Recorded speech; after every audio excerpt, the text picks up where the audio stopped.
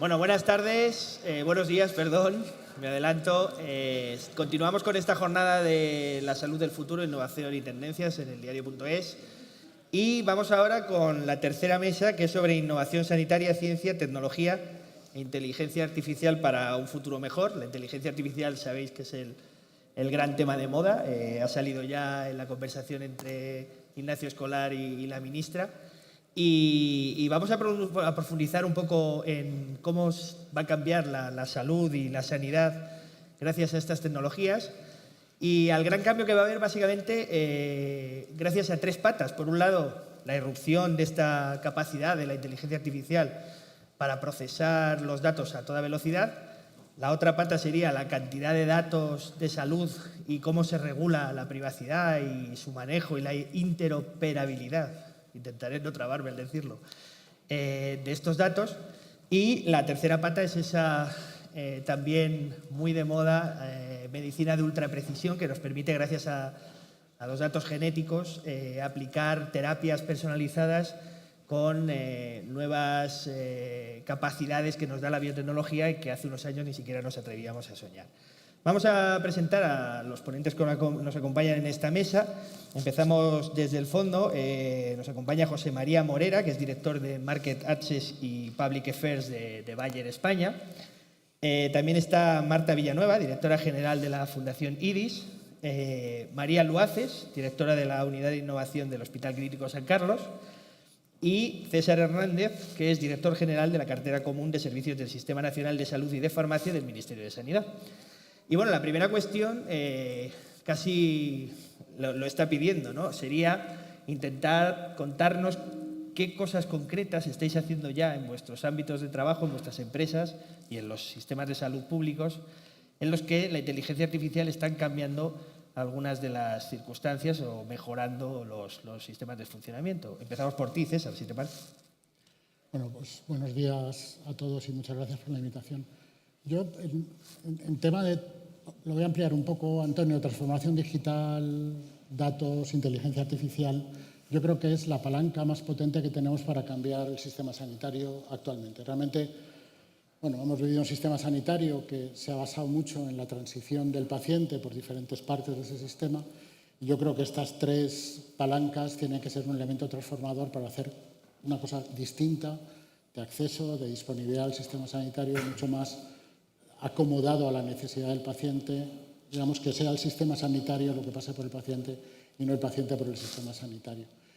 En ese sentido, pues hay varios proyectos que estamos impulsando junto a las comunidades autónomas desde el Ministerio, pero para mí el más, en fin, transformador y una idea es uno que se llama Únicas, que vamos a testar en enfermedades raras para intentar facilitar toda la vida de los pacientes con enfermedades raras, abarcando tanto cribado como diagnóstico, como acceso a asistencia, tanto asistencia regular, por decirlo de alguna manera, como investigación clínica, porque todo forma parte también en enfermedades raras de la asistencia, como montar este otro tipo de acompañamiento que fuera de lo que es digamos, la prestación clásica de servicios los pacientes demandan. Esto que sería muy exportable también a otras enfermedades, como digo, es una palanca de cambio. Y luego estamos haciendo muchas cosas de puertas adentro, es decir, con el tema de la gestión, que concretamente en mi parte hacemos de la cartera o de la incorporación de medicamentos, pues intentar tener herramientas que nos ayuden a hacer Horizon Scanning, no me sale la palabra. Privado. No, sí, bueno, detección de tecnologías emergentes, perdón, Vale. no me salía, pero detección de tecnologías emergentes, análisis comparativo de cosas que hay por otros lados con las cosas que nosotros tenemos para ver cómo se puede modular y prospecciones sobre todo, porque esto es lo importante a la hora de tomar decisiones, de cómo se puede cambiar todo el sistema con la introducción o no de una determinada tecnología. Yo diría esos dos campos, uno muy dirigido a la asistencia y otro muy dirigido al trabajo interno que al final revierte en la asistencia. Continuamos contigo, María, desde la investigación que hacéis vosotros en el Hospital Clínico. ¿Cómo estáis trabajando ya con la inteligencia artificial y esta tecnología? Buenos días, Antonio, y gracias a todos por la invitación. Es una pregunta muy interesante y nosotros en la Unidad de Innovación del Hospital Clínico intentamos actuar de enlace entre las necesidades que nos proponen los asistenciales, entre los que me incluyo, porque yo realmente también soy una cardióloga en ejercicio, y las soluciones que nos proponen desde el ámbito más tecnológico. Y en ese sentido, yo creo que podríamos diferenciar las utilidades de la inteligencia artificial en el momento actual en dos grandes grupos. Las que van orientadas a la asistencia y a mejorar los resultados del paciente, y las que van orientadas a agilizar la gestión sanitaria y optimizar el uso de recursos. Todos somos conscientes de las necesidades asistenciales actuales, de cómo han cambiado las necesidades sanitarias de nuestros pacientes, de sus familias, y que tenemos que cambiar el modelo para poder dar el servicio y para poder mejorar la calidad de vida de todas las personas. Entonces, en ese sentido tenemos dos grandes áreas de actividad, como digo. Herramientas que nos permiten ayudar a optimizar los resultados de pacientes, y eso pasa por utilizar herramientas facilitadoras. Herramientas facilitadoras que nos ayuden a mejorar la relación con el paciente, a mejorar el concepto de asistencia continuada, de manera que los pacientes no sientan que una vez que salen del entorno sanitario están abandonados y que no tienen acceso a la asistencia sanitaria. Herramientas ni siquiera de monitorización, sino de continuidad asistencial. Herramientas que nos ayuden a priorizar la asistencia, a identificar los pacientes dentro del pool de pacientes que tenemos, a quién hay que ver primero, por decirlo de alguna manera. Y en el otro campo, y relacionado con eso también, está la optimización de la gestión sanitaria. La optimización de nuestros procesos, la identificación de cuellos de botella, la mejora en el flujo de procesos que nos permita, en el último término, tener un mejor resultado de nuestros pacientes y adecuarnos a nuestra realidad. Y nuestra realidad es de mucha necesidad asistencial y pocos profesionales sanitarios. Y eso no va a cambiar en el corto plazo, con lo cual escuchamos las necesidades de nuestros asistenciales, entendemos el contexto en el que estamos y tratamos de encontrar soluciones o de desarrollar también soluciones internamente que permitan abordar estos dos tipos de temas. Marta, desde la Fundación IDIS también estáis trabajando ya con estas herramientas, y cuéntanos algún ejemplo concreto de cómo lo estáis aplicando. Bueno, pues buenos días a todos presentes y conectados. Gracias al diario por invitarnos. Ignacio, Arsenio, gracias. No podemos dar la espalda a una realidad de cambio y de innovación que tenemos presente en nuestras vidas, ¿no? Europa es consciente de esta circunstancia. Todos sabemos la publicación de los reglamentos, tanto del Espacio de Datos Sanitarios Europeo como el propio Reglamento de Inteligencia Artificial, que va a obligar para que de alguna manera los datos sanitarios tengan una vocación transfronteriza, ¿no? ¿A quién está favoreciendo esta circunstancia? Al paciente. El paciente es propietario de sus datos sanitarios y el paciente tiene que decidir con quién y cómo comparte estos datos.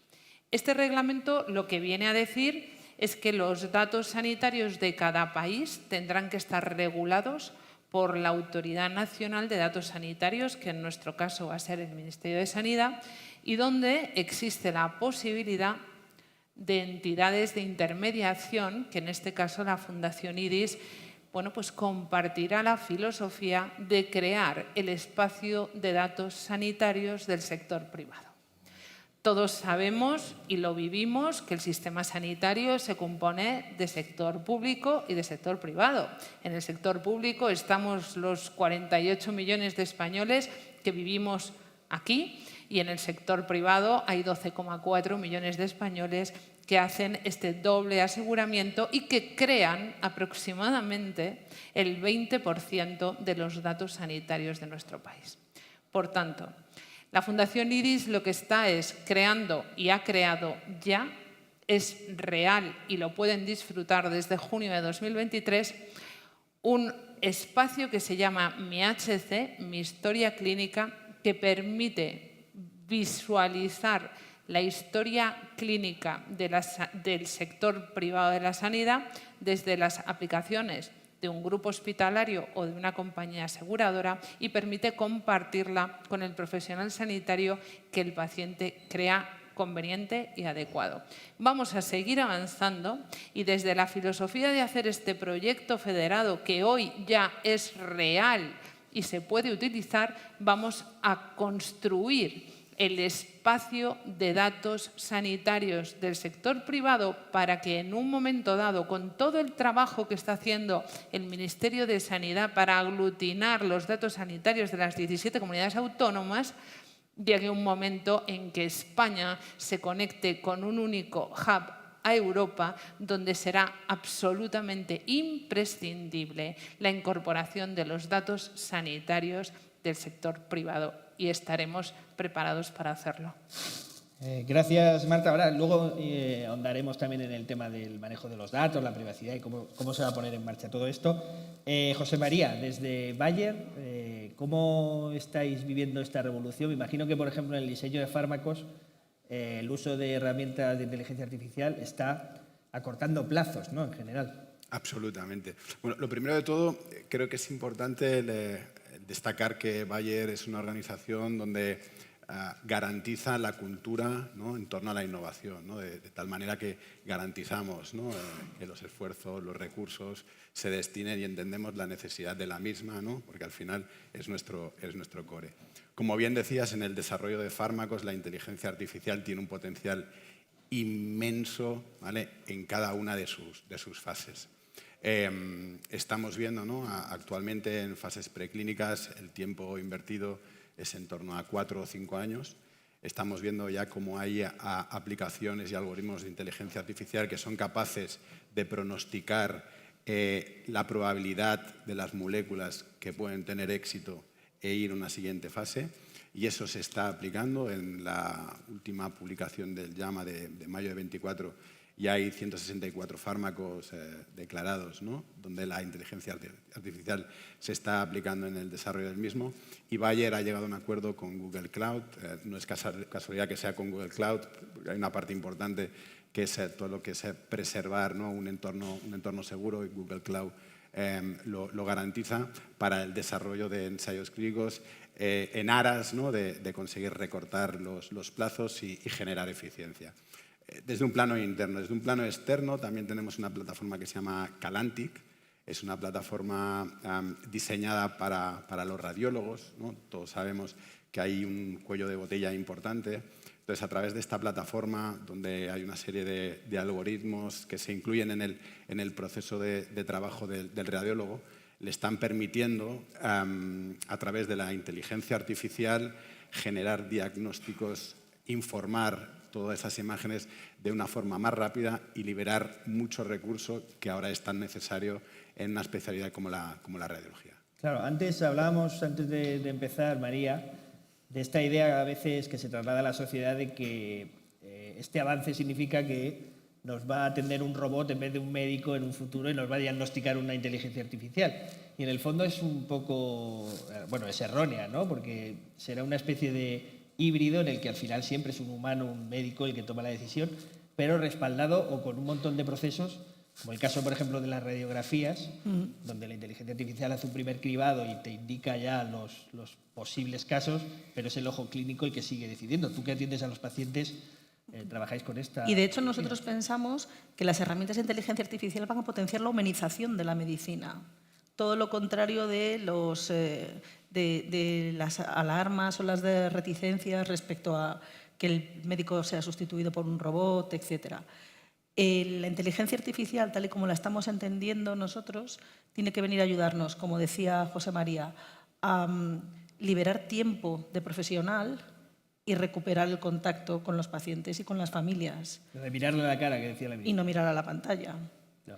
Todas las herramientas que pueden facilitarte y que están ya disponibles y que las tenemos comercialmente disponibles, todas las herramientas que nos pueden facilitar la transcripción de la entrevista entre médico y paciente con nuestras propias palabras, con las palabras con las que se presenta el paciente, y redactar una historia clínica electrónica y un informe listo para imprimir, que necesita tu supervisión, pero tú no tienes que estar esforzándote en teclearlo, o que interpreta tus palabras y hace el formulario de solicitud de prueba por ti. Eso a nosotros nos facilita muchísimo el contacto humano con el paciente, de manera que la inteligencia artificial va a favorecer la agilidad en el diagnóstico y nos ayudará, como decía antes, probablemente a priorizar, pero siempre será el profesional el que chequee la sugerencia de la inteligencia artificial y la termine de dar por buena o la vuelva a corregir. En ese sentido, no tenemos ninguna duda de que el profesional no va a ser sustituido por la inteligencia artificial. Ahora, que yo estaré encantada de que me sustituya para algunas tareas a las que no les veo ningún valor. A todas las tareas administrativas y consultivas, estaré encantada de que me sustituya. César, en el sector público, también en vuestro caso, para la supervisión de los fármacos, toda la tarea que hacéis desde la cartera pública de salud, también os va a ahorrar esfuerzos. ¿Tenéis ya herramientas precisas, o sea, que hagan justo este trabajo o otro parecido? Bueno, lo que nos tiene que permitir es pasar de una gestión basada en el todo o nada ex ante a una posibilidad de seguimiento en tiempo real de las decisiones que vas tomando y el impacto que esto va teniendo tanto en la salud de la población como en otros parámetros que van por ahí. Yo, de todas maneras, supongo que lo diría luego cuando hablemos de medicina personalizada, lo que hay que tener, digamos, precauciones, digamos, en abrazar paradigmas que luego realmente no sean fáciles de demostrar, porque hay una cierta fascinación por todo lo que, digamos, se puede desarrollar, se puede hacer, pero claro, todo esto tiene que revertir en un elemento esencial, que es la salud de la población. Es decir, no son elementos intermedios. Pongamos que aumente también la satisfacción, pero si solamente la satisfacción y no la salud, claro, estaremos, digamos, invirtiendo recursos en algo que no está terminando de tener su impacto, ¿no? Por eso, obviamente, vivimos en un momento de ebullición, pero no basta con demostrar que podemos hablarnos a distancia, cosa que desde hace tiempo ya podemos hacer. Hay que demostrar que eso realmente tiene un efecto sobre la salud, es monitorizable y, por lo tanto, es incluible en un sistema de prestaciones. Como todo el mundo sabe, no anda sobrado de recursos y sí anda sobrado de necesidades, ¿no? Claro. Entonces, ¿cómo acomodar eso? Seguro que va a ayudar. En ese sentido, los costes de todo este aparataje que va en torno a la inteligencia artificial, nunca se habla de ellos, pero requieren unas infraestructuras muy grandes. Así se habla. Bueno, se habla, pero no trasciende tanto a la opinión pública, ¿no? Esas infraestructuras, en el caso, por ejemplo, de la sanidad pública, se están trabajando con un montón de centros de supercomputación, o sea, está bien estructurado. ¿Cómo funciona? Sí, pero era lo que trataba de explicar.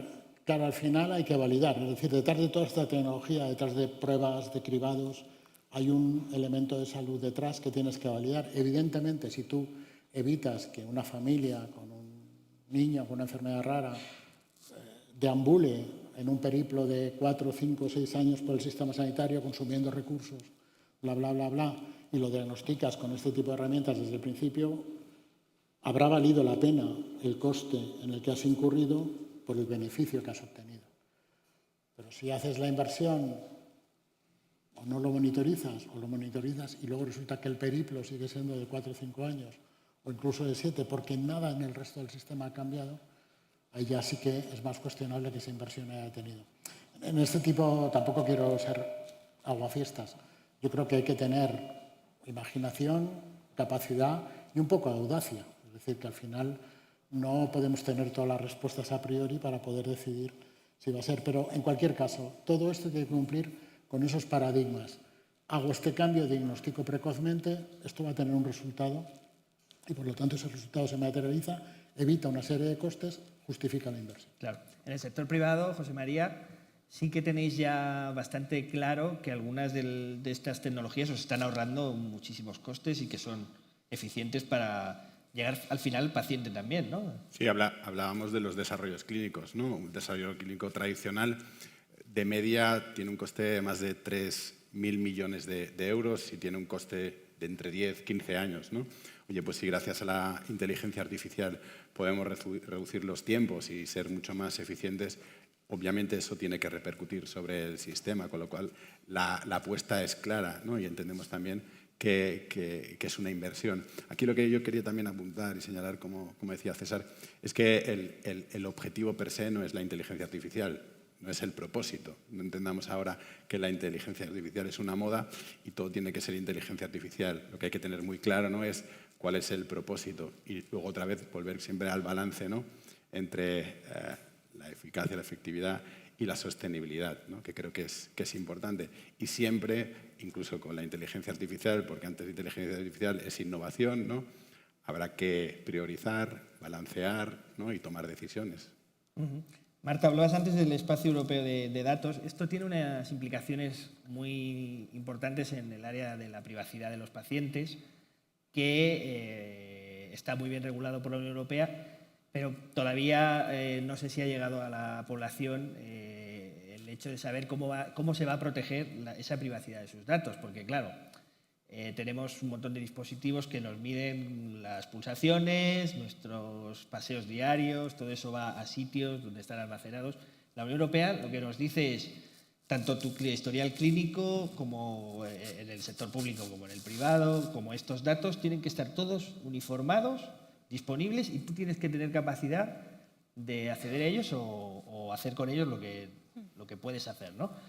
¿Cómo protegéis todo esto? Porque hay quien puede tener recelo de, bueno, mis datos clínicos, porque también se van a acceder a las empresas privadas, como es el caso también de las farmacéuticas, para que puedan hacer ensayos clínicos previamente anonimizados, ¿no? ¿Cómo es este proceso y cómo se va a garantizar que esos datos no caen en malas manos o que alguien lo puede utilizar pues, para cambiarnos, por ejemplo, la prima del seguro de salud o echarnos del seguro, que es el gran temor un poco en este asunto? Bueno, está claro que hay regulaciones para privacidad, para seguridad y para protección. Estas plataformas lo que tienen que tener es la confianza de que están preparadas desde la protección, la seguridad y la privacidad desde el diseño, desde el comienzo. ¿Qué ventaja tenemos en los datos sanitarios? Que quien los comparte es el paciente. Es decir, no hay un acceso a tus datos sanitarios por parte de una tercera persona que tú no hayas querido compartir. Y eso minimiza bastante el sentido de la protección y la libertad, sobre todo dentro de los datos de uso primario. Los datos de uso primario son los que compartimos nosotros con un profesional sanitario para que llegue a unas conclusiones al respecto de un tratamiento o un diagnóstico de una determinada patología. Los datos de uso secundario son esos datos que anonimizados o pseudonimizados y por lo tanto que no tienen la correlación directa con la persona, se utilizan con fines propios destinados a la investigación, a la innovación o a todo aquello que nos lleve a mejorar la personalización y la precisión en la medicina, ¿no? Entonces, ¿qué es lo que se está construyendo dentro del reglamento y dentro de los proyectos que desde la Fundación IRIS y, por supuesto, desde el Ministerio de Sanidad estamos adoptando? Es conforme a los reglamentos europeos. Es decir, Europa está marcando esta senda para uso primario y para uso secundario de los datos, ¿no?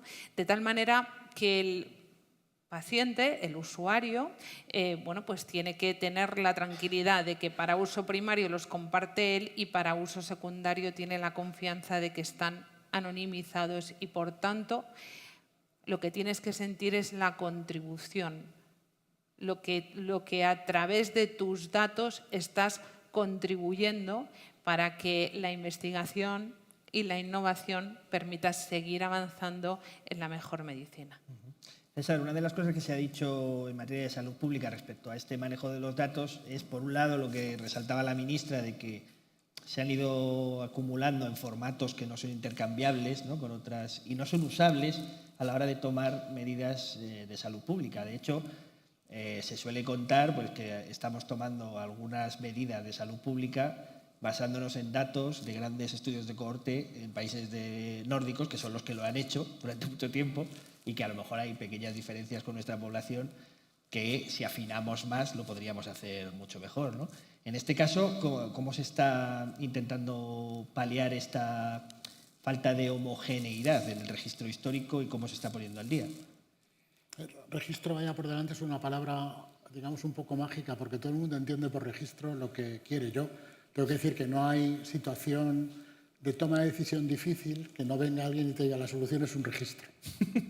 Y al final puedes terminar teniendo, en fin, registros de todo. Bueno, tenemos muchas bases de datos de salud, ¿no? Y lo que hace falta son sistemas que te permitan llevar esto de información. Pero vuelvo a insistir en la idea de no en un todo o nada o no en un nada, una cuestión siempre ex ante, sino una cuestión que te permita modular. Porque aquí también entra el tema de los recursos. Es decir, es necesario repetir toda la investigación en todas las zonas geográficas, ya no digo del mundo, de Europa o de España, a la hora de validar, bueno, pues en algunos casos sí, en otros casos a lo mejor no, ¿no? Entonces se trata de tener un poco un ten con ten de cómo hacerlo. Vuelvo a la idea que formulé al principio, de únicas. Únicas, por ejemplo, es mucho más que un registro, porque es una forma nueva de prestar asistencia, pero también es un registro. También es un sistema que tiene que permitir analizar diferencias entre regiones, diferencias interindividuales. Tenemos otro ejemplo.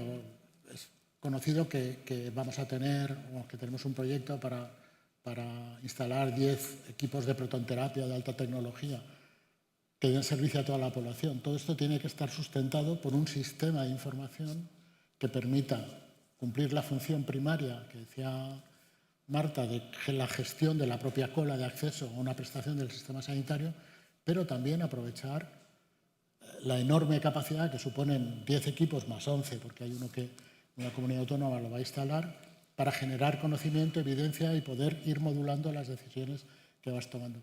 El sector tecnológico es tremendamente cambiante, pero el sector salud es tremendamente cambiante también.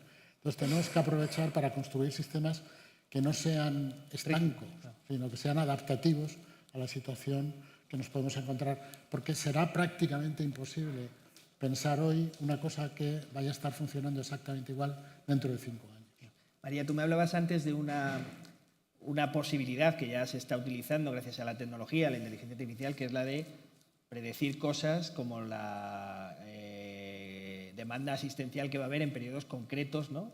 Y que, ¿cómo lo estáis gestionando esto también desde lugares como el Hospital Clínico?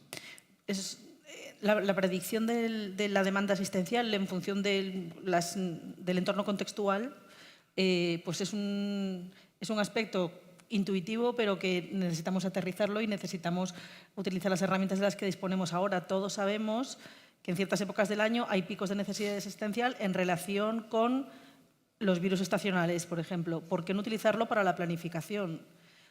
O en función de otros eventos que pueden ocurrir de forma más probable o menos probable, pero que puede ser un escenario de prevención para desastres que pueden ser de diferente tipo, desde que haya un fuego en el hospital o hasta que haya una riada y haya una demanda especial. Entonces, en ese sentido sí que tenemos la posibilidad de utilizar e incluir datos de fuentes públicas disponibles, datos que proporcione la EMET o que proporcionen agencias públicas, e incluso podemos utilizar los datos de las redes sociales con la información que comparten los usuarios, con palabras clave que podemos identificar, como fiebre, dolor de garganta, malestar general, esas palabras que, si somos capaces de detectar en qué áreas están ocurriendo, nos pueden ayudar a prevenir que va a haber una demanda de pico asistencial. Y todo eso lo tenemos que poder incluir y poder armonizar, como decía César,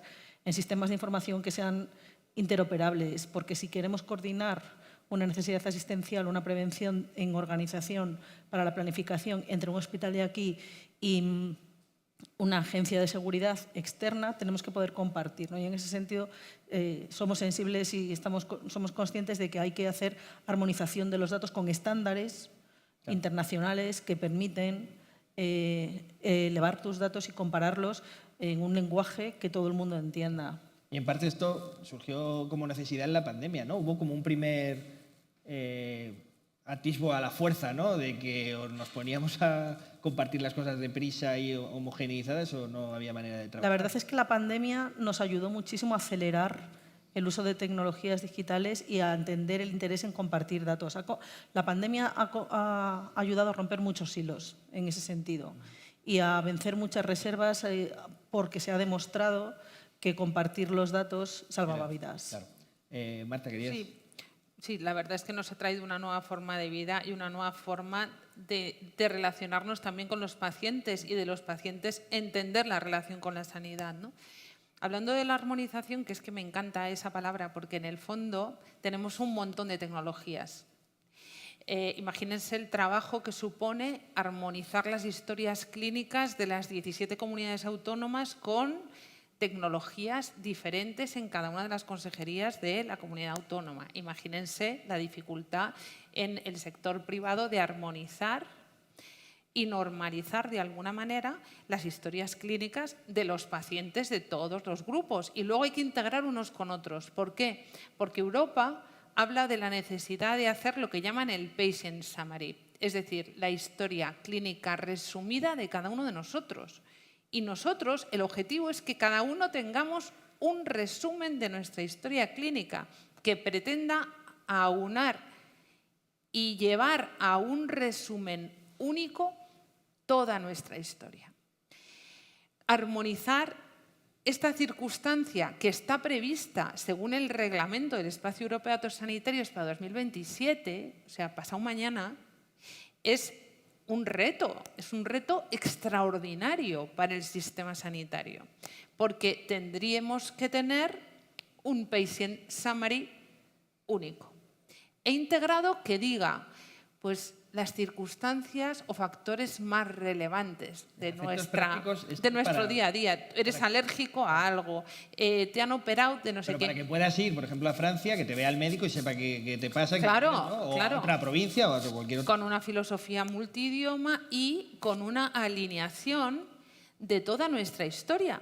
Porque nos podemos encontrar la circunstancia de que haya historias clínicas que sean contradictorias. Y ahí tiene que haber una autoridad que diga cuál es la que vale.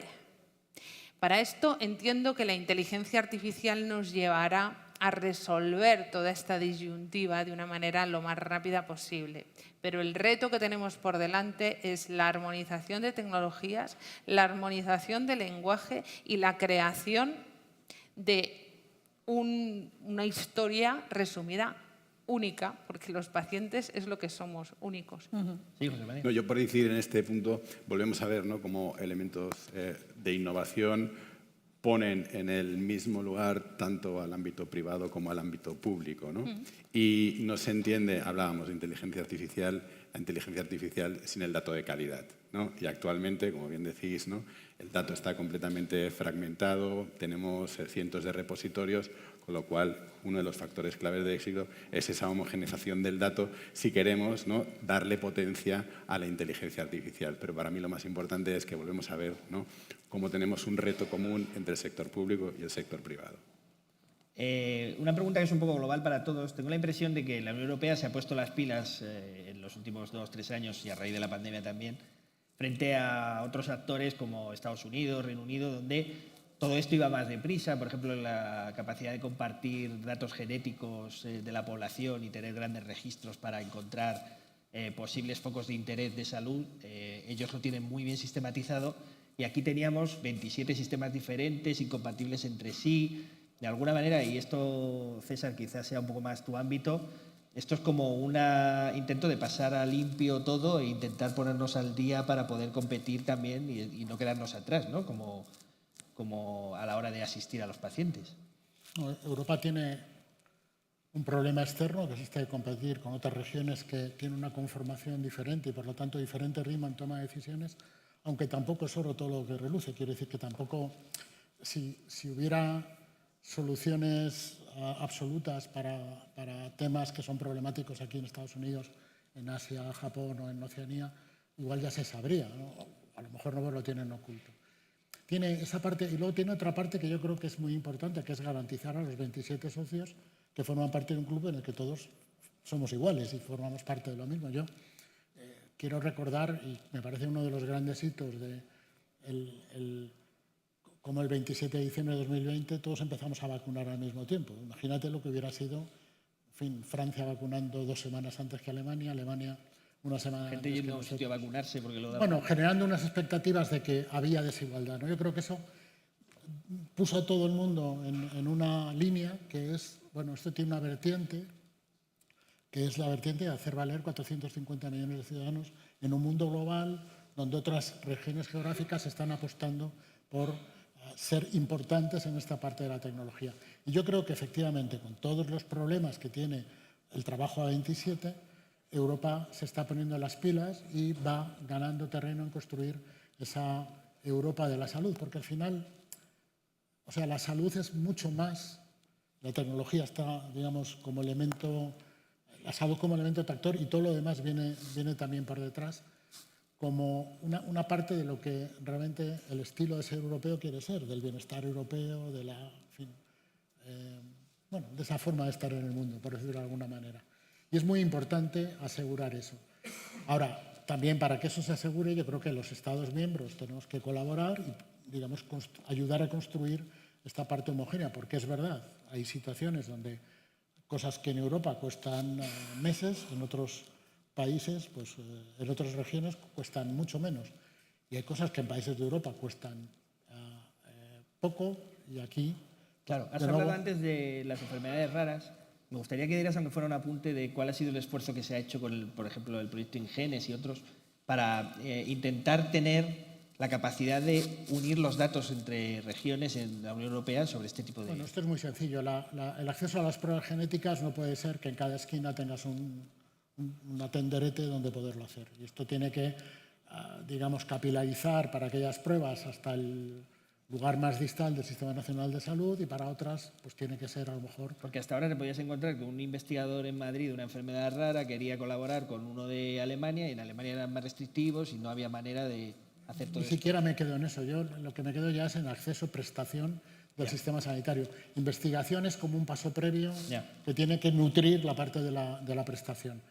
Pero lo que tratamos con todo esto, lo que tratamos con Únicas, lo que tratamos con Genes y lo que tratamos con Sigenes, que es el sistema de información que da soporte a todo esto, es homogeneizar toda esta parte para que tenga un producto que sea utilizable para el paciente, tanto en forma de diagnóstico, en forma de acceso a un tratamiento que esté autorizado y financiado, pero también en forma de acceso democráticamente, y esto tiene que ayudar mucho también el sistema de información, a ensayos clínicos cuando no haya alternativas de tecnologías aprobadas para la enfermedad en cuestión.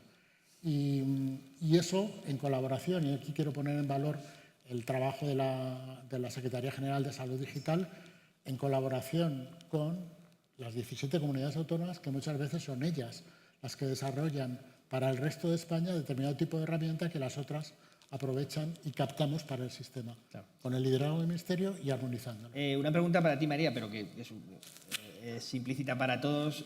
Cuando hablamos de medicina de ultraprecisión, por ejemplo, en el diario.es estamos publicando casi diariamente nuevos avances en terapias génicas, en el uso de estas herramientas de inteligencia artificial. Por ejemplo, hace poco el CENIO les permitía distinguir una célula cancerosa de una sana en momentos muy precoces.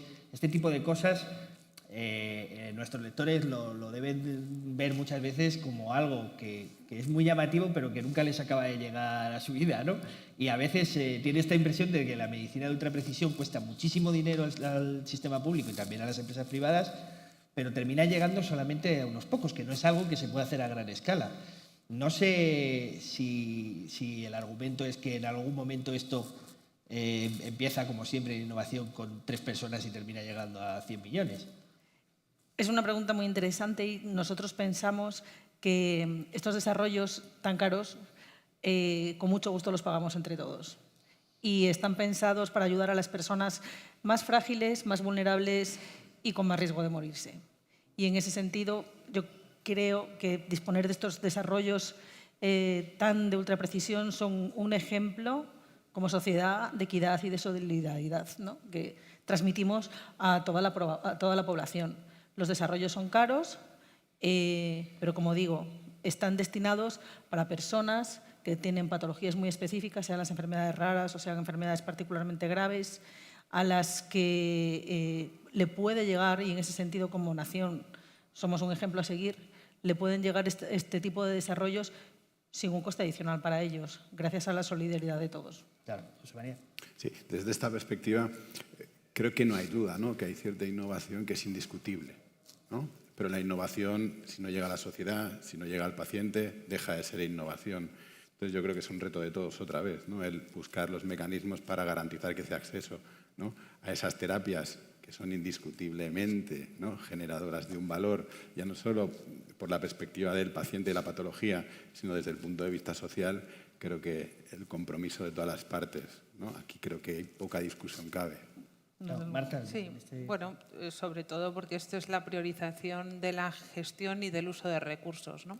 Clarísimamente todos estos proyectos llevan a dos cosas: a mejorar los tratamientos con una medicina de precisión totalmente orientada a tu patología, a tus necesidades, a tu cuerpo, a tu edad, a lo que te está pasando, y realmente, bueno, pues que el impacto de un determinado tratamiento sea el mejor dirigido y el menos invasivo posible. Eso es perfecto cuando la enfermedad te ha llegado, pero es que todas estas fórmulas lo que apoyan y ayudan es a la prevención y a la detección precoz de enfermedades. Tenemos que generar una cultura por la cual nos adelantemos a la enfermedad. Es decir, no tengamos que estar detrás de ella cuando ya nos ha invadido, ¿no? Sino dedicarle un tiempo de manera voluntaria a la detección precoz e ir por delante de la enfermedad antes de que llame a nuestra puerta. César. Dos contrapuntos, ¿vale? Sin negar todo lo... ¿Otra vez vas a hacer de aguafiestas? Trabajo en una cosa que se llama Dirección General de Cartera y Farmacia. Es tu trabajo, ¿no? No, pero también si queréis que apunte a ser el más visionario de la mesa, lo apunto, no hay ningún tipo de problema. Simplemente dos precauciones a la hora de manejarlo, ¿vale? Lo primero, es muy bueno, pero ojo, porque si ponemos el incentivo en el desarrollo de un tratamiento para una persona muy personalizado, muy seleccionado y que cuesta lo mismo que tratar a 47 millones de personas, igual no estamos generando los incentivos adecuados, porque nosotros tenemos necesidad de tratar 47 millones de personas, por una cifra general, y no una persona, ¿vale? Entonces, aquí tenemos que andar con cuidado de cómo manejamos esos incentivos.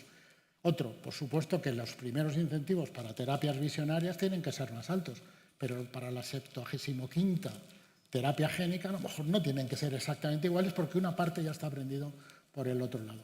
Y luego una cosa que es muy interesante a lo que ha dicho Marta, efectivamente, el sistema sanitario se compone de todo lo que va desde la prevención, el diagnóstico precoz, la alta tecnología, las terapias farmacológicas y no farmacológicas, la psicología, la rehabilitación, el acompañamiento, la integración educativa, laboral.